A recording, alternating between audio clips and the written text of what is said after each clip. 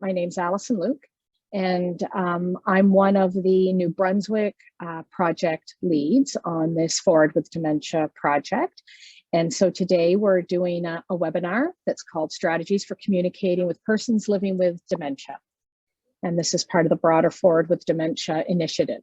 So just to give you a quick overview of what we'll be doing, I'm going to highlight some of just a few points about what the Forward with Dementia initiative is all about. Just give some very high level bits of information. I will then introduce our key presenter today, Adrienne McNair. And then after Adrienne's presentation, we'll have some time for questions. So I'll just direct people to use the Q&A at the bottom. It's a Q&A function at the bottom of Zoom on the right side where you can ask questions. You can also raise your hand and we can let you speak if you're having issues with the Q&A. So just send us a note or raise your hand and we'll make sure everyone gets an opportunity to speak if they have something to ask Adrienne or myself. And then I'll just end by talking a little bit about how people can get involved with the Forward with Dementia initiative. So just very quickly, Forward with Dementia it's an international initiative. So international in that there's a group of 5 countries that have been working very hard over the last few years to put together this whole Forward with Dementia website, as well as the webinars and campaigns. The countries involved are the UK, Australia, the Netherlands, Poland, and then Canada. And within Canada, our participating provinces are New Brunswick, Ontario, and Quebec.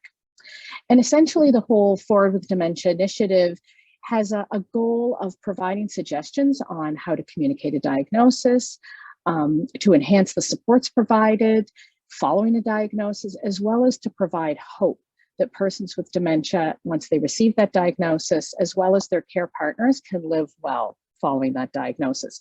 And a really key and interesting piece about this project is that the whole Forward with Dementia initiative was not designed by a whole bunch of researchers sitting in some, back room. It was designed by and for persons with dementia, family and friend care partners, and health and social care providers.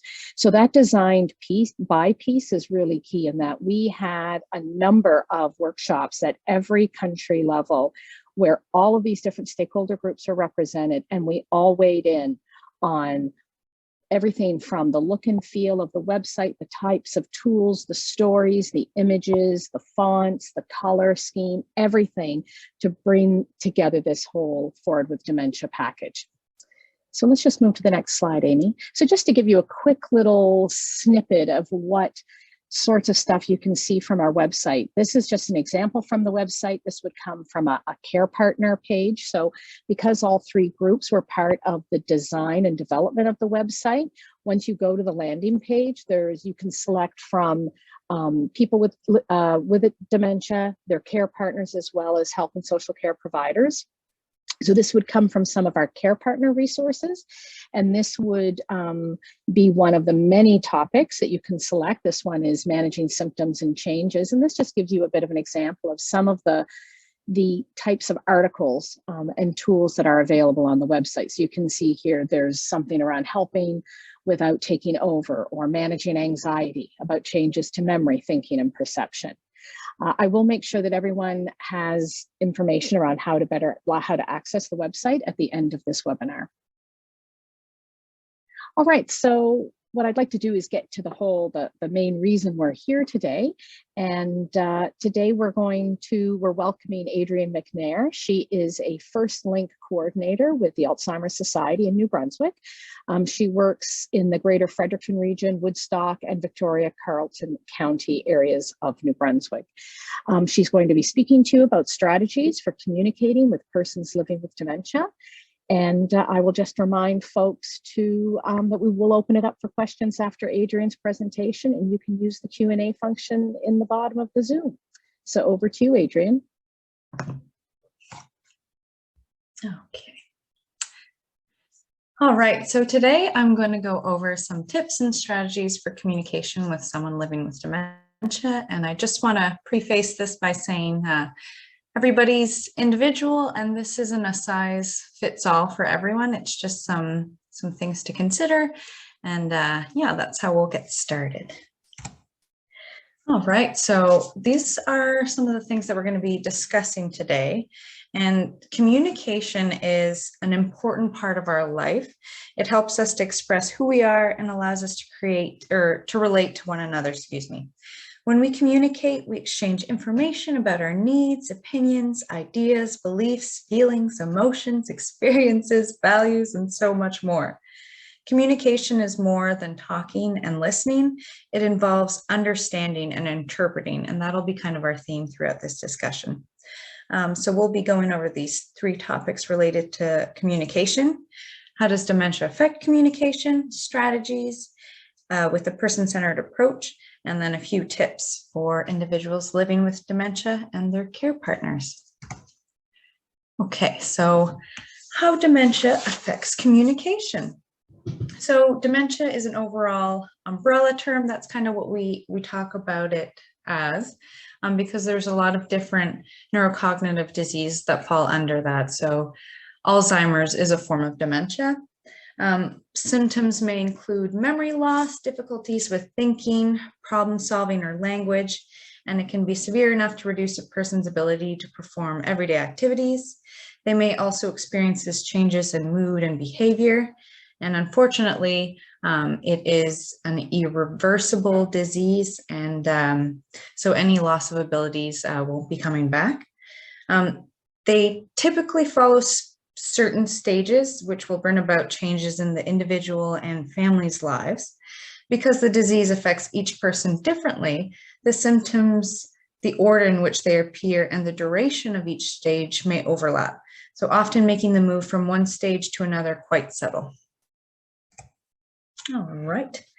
So dementia affects how people express themselves and understand what is being communicated to them. So for the person living with dementia, maintaining relationships can be a complex process, especially when verbal communication is affected. This is due to the fact that dementia can have a profound effect on the language abilities of people living with the disease. This language deterioration is known as aphasia, and they may experience difficulties expressing themselves, finding the right words, and understanding spoken language and reading and writing. So dementia creates distinct challenges in regard to how people express themselves and understand what's being communicated to them. So as it progresses, they may create new words for ones that are forgotten, repeat or get stuck on a word or phrase, curse or use other offensive language, revert to the language that was first learned. For example, if they grew up in a French community, they may return back to that language, and they may talk less than usual. So here are a few of the common changes in the early stages. They may have difficulty finding the right word, following multiple step instructions, like how to boil carrots, for example. Instead of peeling them first, they may put them right into the pot and try to boil them that way. Following conversations, staying on topic, organizing words into sentences, and understanding humor and jokes.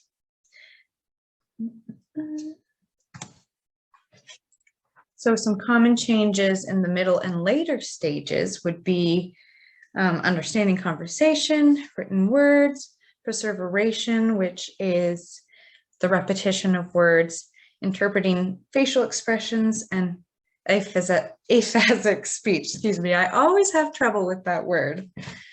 So as the disease progresses, more words become irretrievable. People living with dementia may need to think longer before expressing their thoughts. Dementia causes a loss of spontaneity in communication. As vocabulary becomes more limited, they may repeat the same words or statements repeatedly, and having trouble explaining or understanding abstract concepts such as "I feel blue," and interpreting facial expressions such as nodding your head. These can become increasingly difficult for the individual living with dementia in these stages. In the later stages, it appears as though individuals lose their capacity to recognizable speech, although those living with dementia in the later stages will still occasionally utter words and phrases. Nonverbal communication will become increasingly important. So that's a quick overview. I'm sorry I'm moving quick, but I hope that was not too fast. So a person-centered approach to communication is kind of what we suggest. And a person-centered approach is A philosophy that views people with dementia first and foremost as individuals with unique attributes, personal values, and history. So seeing them more as their disease, essentially. So we'll get right into our strategies. So strategy 1 is to learn about the disease, and that's what we're doing here today, although a little quickly, but that's a very important part of feeling equipped to take this journey on. And it's important for both those living with dementia and for their families or care partners. At the early stages of the disease, it's important for people living with dementia to learn as much as they can about it, how it'll affect their expression and their communication in the future. And it allows them the opportunity to be part of the decision-making process, which is so important. Being open with family and friends about the diagnosis and sharing your feelings and experiences as much as you are able, if you're comfortable, can also be another way to broaden your circle and feel safer when you are having some communication challenges. And for family and caregivers, learning about dementia and the disease progression can help them have realistic expectations of the person's ability to communicate throughout the various stages of the disease, encourage the person to share their feelings and experiences with their family's friends as much as they are able. So being informed about the disease and knowing what lies ahead can help you feel more prepared. As the disease progresses, the person will not always be able to communicate their thoughts and wishes. So be sure that someone trustworthy has the legal authority to make financial and healthcare decisions for the person with dementia when the time comes. Okay, strategy 2. Know that communication is possible throughout all stages of the disease. For people living with dementia, it's really important to remain socially active. Try not to feel intimidated or embarrassed if you cannot find the right word, and taking the time to relax and think about what you want to say. One-on-one discussions are usually easier to keep track of the conversations in large groups, so you're not getting, stimulation from other auditory distractions or things like that. And if you're in a social situation and you're living with a disease and you're feeling overwhelmed, ask people to slow down, use short sentences, or repeat what they have said. There's nothing wrong with that. And for family and caregivers, every person, regardless of their abilities, they maintain a core of self that can be reached, and that's where that person-centered value comes in. Communication is possible in the early, middle, late stages. However, the disease affects their ability to communicate with us in a way that we can always understand. Never lose sight of the person, no matter how the disease affects the individual. It is important to treat them with dignity and respect. All right, there's a lot of text here, but this is just kind of an example of a person-centered approach. So I'm just going to take a quick drink of water here. Nadia is driving her mother to a family celebration. The car radio is on, playing country music, very twangy music, and suddenly Nadia's mother starts banging her fist on the dashboard and speaking in an agitated voice. Nadia does not understand what her mother is saying, as her speech is garbled and does not make sense. Nadia thinks about who her mom is and takes a moment to try to figure out what her mom's trying to communicate to her. Why is she suddenly so upset? She remembers that her mom has always hated country music. So Nadia reaches over, changes the channel to music her mother has enjoyed, and says, "That's better. I don't like music either."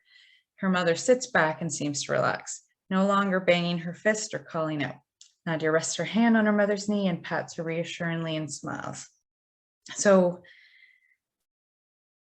here, Nadia took the opportunity to look into who her mother is as a person, to remember her likes, her dislikes. And although her mother wasn't able to communicate necessarily how she was feeling or express that she wanted her to turn off that country music, Nadia was able to use her personal history to understand why she was so upset and react to it. Strategy 3, focus on the person's ability and skills. Although dementia does affect certain abilities, the person's need for companionship, purpose, and belonging will remain. I think that's pretty core to us as humans. If their speech has become hard to understand, use what you know about them and what you feel they might be trying to tell you to interpret their words. Consider helping the person with dementia to find alternate ways of expression through art, music, or gardening, for example, to maintain and enhance communication. In the following example, we will learn about Maria's strategy. So another example here is Maria raised a family of 5 children. Each evening, as it begins to get dark, she becomes restless, searching through doors and cupboards, becoming more and more anxious. Her family and care partners remember that Maria always took pride in providing a multi-course dinner each evening for her family. When Maria is given access to a basket with placemats, serviettes, and cutlery, her caregivers support her in setting the table for 7 people. She hums while she works, enjoying the family activity. So again, this person's personal story was trying to be played out when they were living with the disease, but they weren't able to communicate that this is kind of where they've gone back to, and they're trying to communicate that. So communication is a lot more than just verbal communication, and it's kind of about being a detective to learn more about the person and finding out what works for them. Okay, so meet the person where they are and accept their new reality. With the progression of the disease, a person's perception of reality can become confused. However, it is their present reality. So this can be a challenge because I think as humans, we like to correct people when we don't think what they're saying is right, but try to accept the reality and meet them where they are. Avoid contradicting them or convincing them that what they believe is untrue or inaccurate. Trying to bring them into your reality or disagreeing with them will cause frustration and make things worse. If they say something you know isn't true, try to find creative ways around the situation rather than reacting negatively. So just a little special note about delusions. Delusions, namely paranoid beliefs or false accusations, may occur. It is common for people with dementia to believe that their food is poisoned or that their belongings have been stolen. Others may believe that someone's spying on them or trying to hurt them. These suspicions or accusations may be due to the person's failing memory or difficulty understanding what's happening around them. Although these accusations can be hurtful, remember that they are a result of the disease, and it's important not to argue with the person or try to convince them that their perception of reality is false. Okay, nonverbal communication using touch, smell, vision, and hearing will become increasingly important. With the progression of the disease, the perception of reality can be confused. Oops, sorry, I'm rereading my note. But using nonverbal communication such as touch, smell, vision, and hearing is a really important part of communicating with a person living with dementia. If someone's losing the ability to speak, holding their hand with their consent can be a way to offer them reassurance and make them feel safe if it's something that, you know, is right in the moment. And smell can also help boost some reminiscing activities. You know, if you cook some chocolate chip cookies, or even smell that if you're walking down the street, I'm sure that we all have some familial memories of those being cooked in the kitchen. Okay, so communicating well with someone who has dementia is not a skill that is learned overnight. It requires patience and practice. And just remember to connect, not to correct. So there are many forms of communication, excuse me, and I think that we, you know, all kind of work with verbal communication, and that's our key way of communicating ourselves.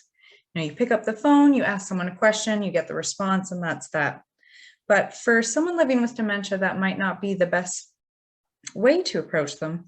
So nonverbal communication would be our body language, facial expression, posture, gesture. Are we leaning over someone and kind of looking intimidating when they're sitting down? A paraverbal communication would be our tone or pacing and volume of our voice. Am I do I have an angry tone today that might throw someone off or make them interpret what I'm saying as being angry at them? So because nonverbal communication is so important, negative body language can be easily picked up by the other person and can feel disrespectful. You may find some days are better than others when it comes to communicating with a person living with dementia. There's a lot of factors that can contribute to this, such as sleep, stress levels, and even medications. All right, so a few more tips here.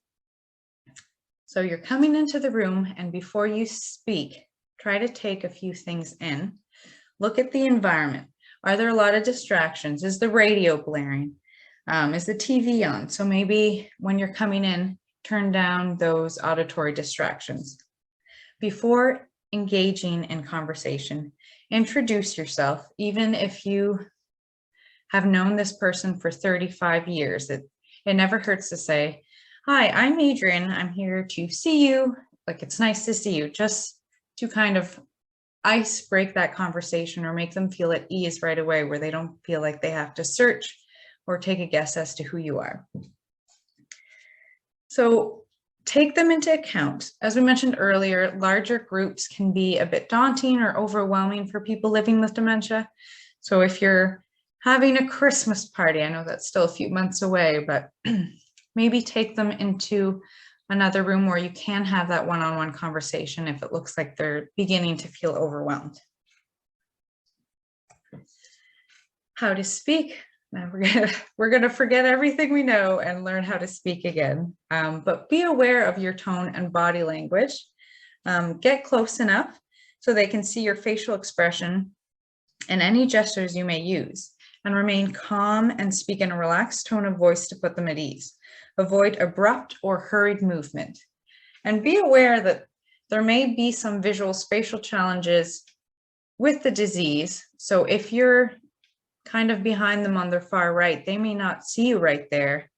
So try to make sure that you're looking at them directly in the eyes. Of course, instead of criticizing and correcting, ignore failures and remember to be supportive, positive, and encouraging. Speak clearly and concisely at a slower pace and use short and simple sentences. You can use close-ended questions which are focused and require a simple yes or no, instead of saying, what do you want to have for supper tonight? Say, would you like to have pizza tonight? They may say yes or they may say no. Avoid using idioms such as "it's raining cats and dogs" or "it's time to hit the sack," which may become confusing in the later stages. And of course, show respect and patience. Use the person's preferred name when addressing them. Do not speak down to them. Avoid childish or elder talk or any demeaning language, and avoid talking about the person as though they are not present. They may still understand what you're saying, even though they have lost the ability to produce the words that are in their mind. So let's completely avoid talking about them when they're there. Okay, how to listen. Listen carefully, of course, to what the person is saying and observe both verbal and nonverbal communications. Look at them as a whole, Be patient. Try not to interrupt the person, even if you think you know what they're saying. If the person's having difficulty finding the right words, you can offer a guess as long as they appear to want to have some help. They may need a little bit more time, so try to be patient and allow them to, or empower them to have the opportunity to get to that word. If they sense that you're impatient or agitated, they may feel in turn stressed and agitated as well. So make your communication a two-way process that engages the person with dementia and involve them in the conversation. If you don't understand what is said, avoid making assumptions. Check back with them to see if you've understood what they mean.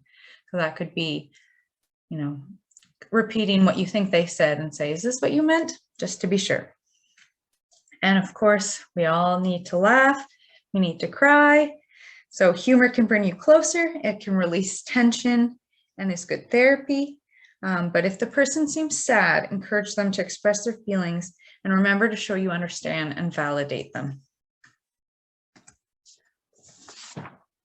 All right, we're almost through, don't worry. So some other ways of communicating are using action instead of words. For example, if it's time to go for a walk, point to the door or bring the person's coat or sweater to illustrate what you mean. So that'll be kind of a trigger to let them know these are the next actions that we're going to be doing. It also kind of takes away the pressure of them having to navigate the next steps on their own. And like we said, use humor. It can bring you closer, releases tension. And if the person feels sad, encourage them to express their feelings and provide reassurance by validating them and making them feel safe.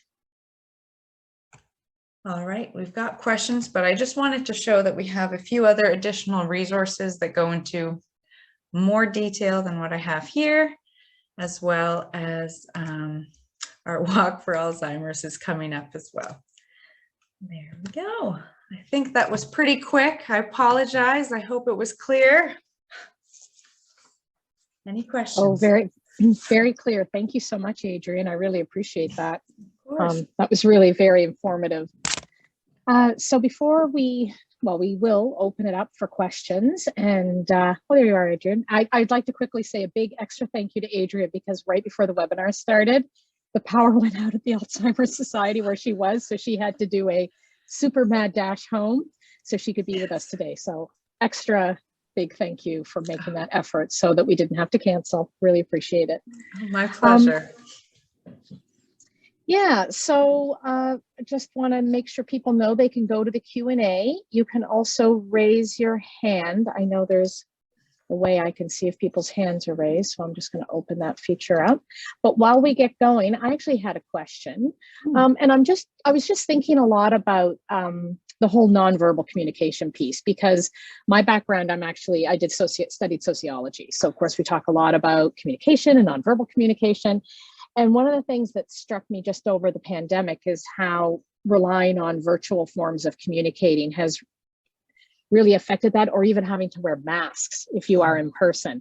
And I'm just wondering if you had any other tips. Maybe, I guess it's a two-part question, like what can you do if you have to wear a mask because of the pandemic, because we know that hinders the ability to see people's faces, as well as any tips and tricks for if it's family trying to meet up with a loved one who has, or a care partner who's trying to meet up with someone over Zoom or some other piece of technology to communicate with them, if there's ways we can do that better when we're doing it through a screen.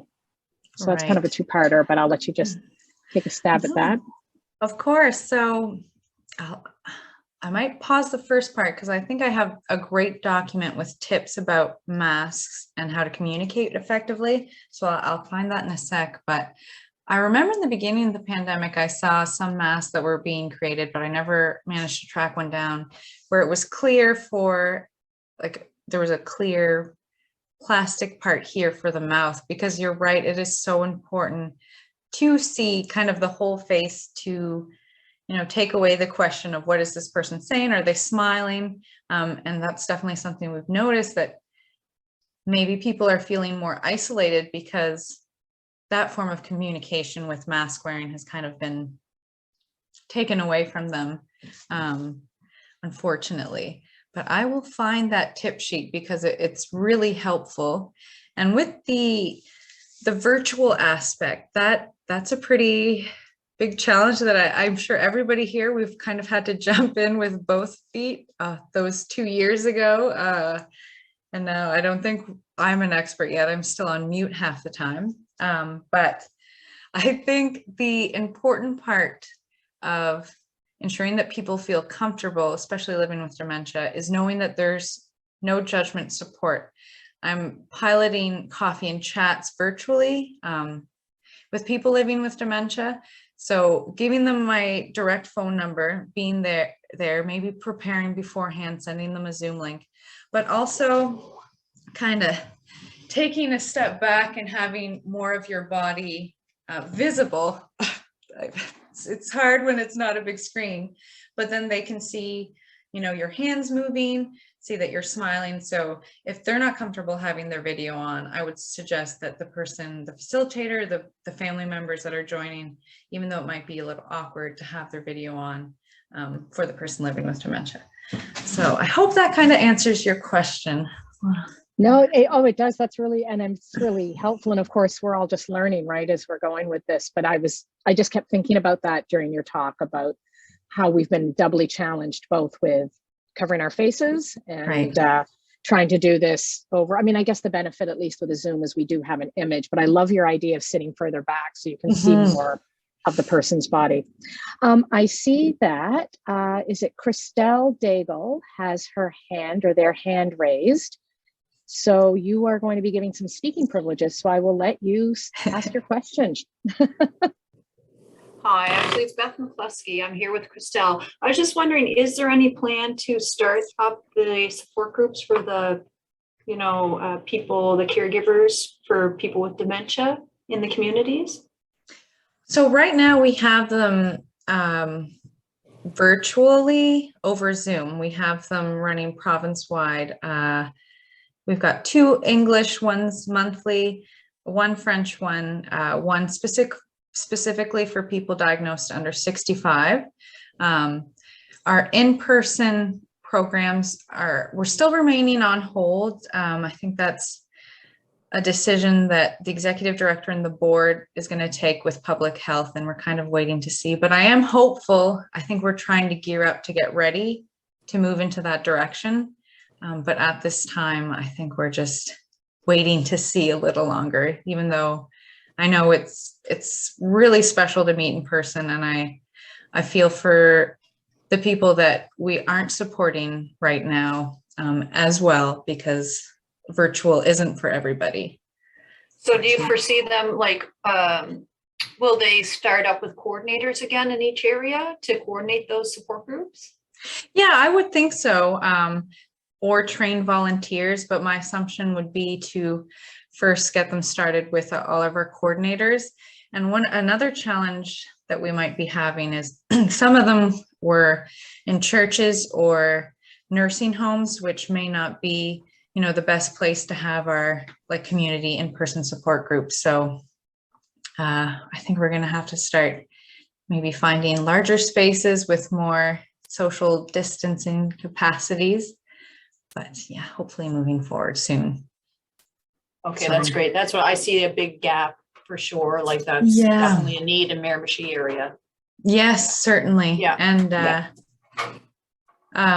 our coordinator up there, I'm sure soon, I don't want to speak for her, but I think the hope is that maybe sometime soon we'll be able to partner, I don't know, for example, with libraries, and then have an in-person event there more frequently where people could even meet one-on-one if we're not ready to do, larger programming.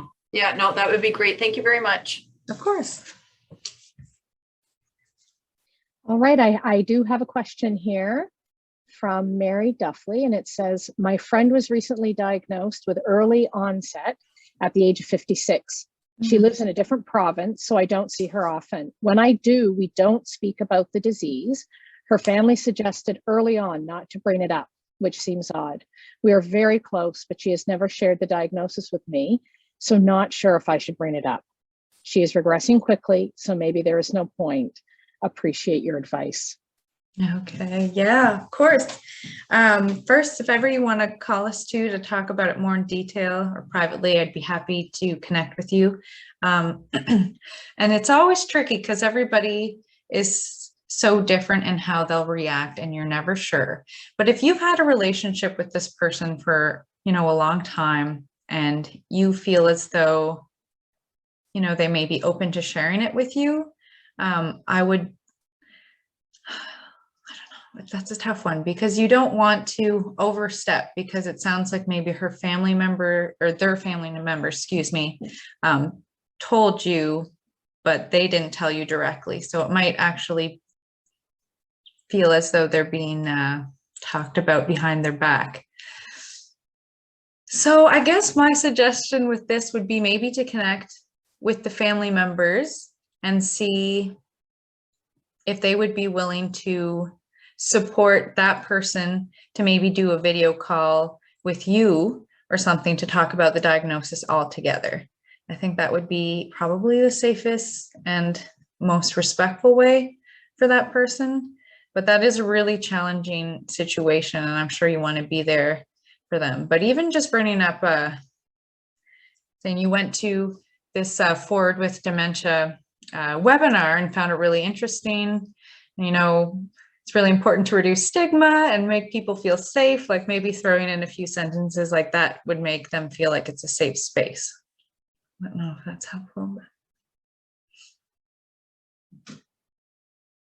Yeah, that sounds really challenging. Mm-hmm. Let's see, I don't think I see any more questions.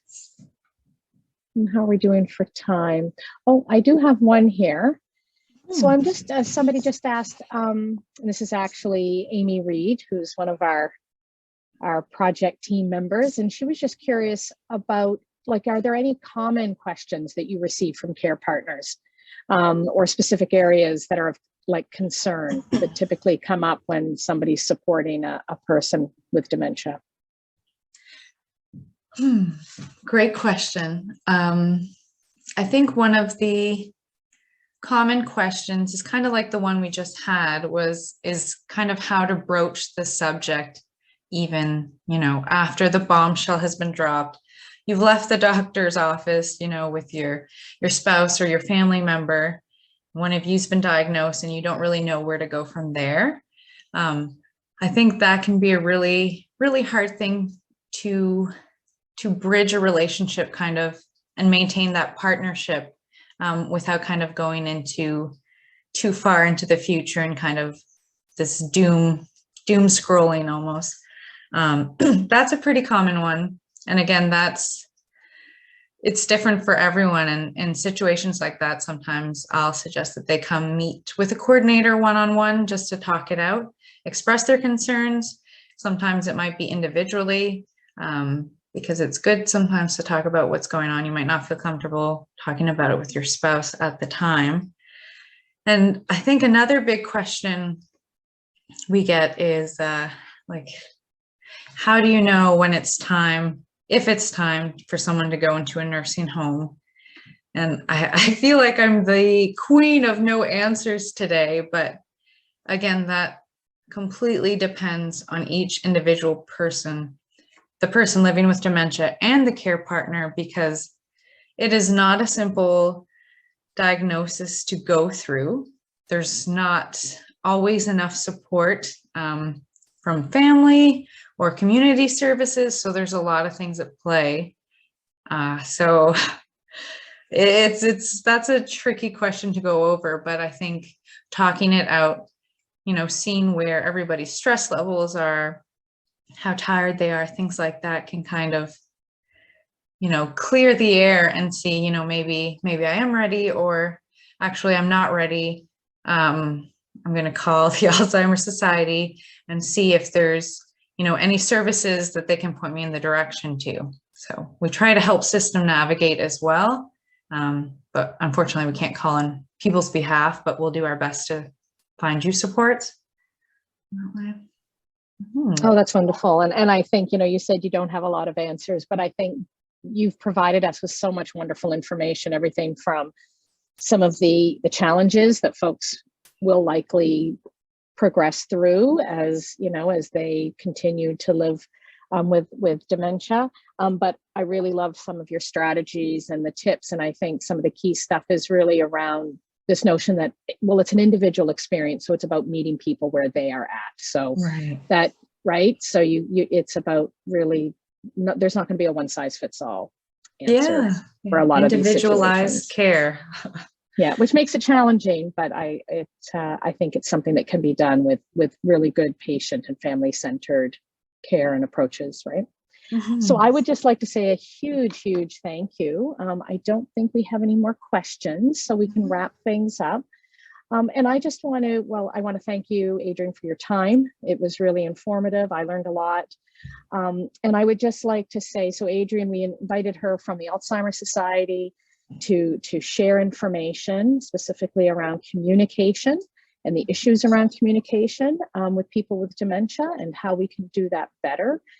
But from the broader Forward with Dementia project or initiative, because if you go to our website, you'll see that we refer folks to the Alzheimer's Society, whether you're in Alberta or Ontario or Quebec or Newfoundland or New Brunswick, because of all the great work they do. And it's just, they provide so many tremendous supports.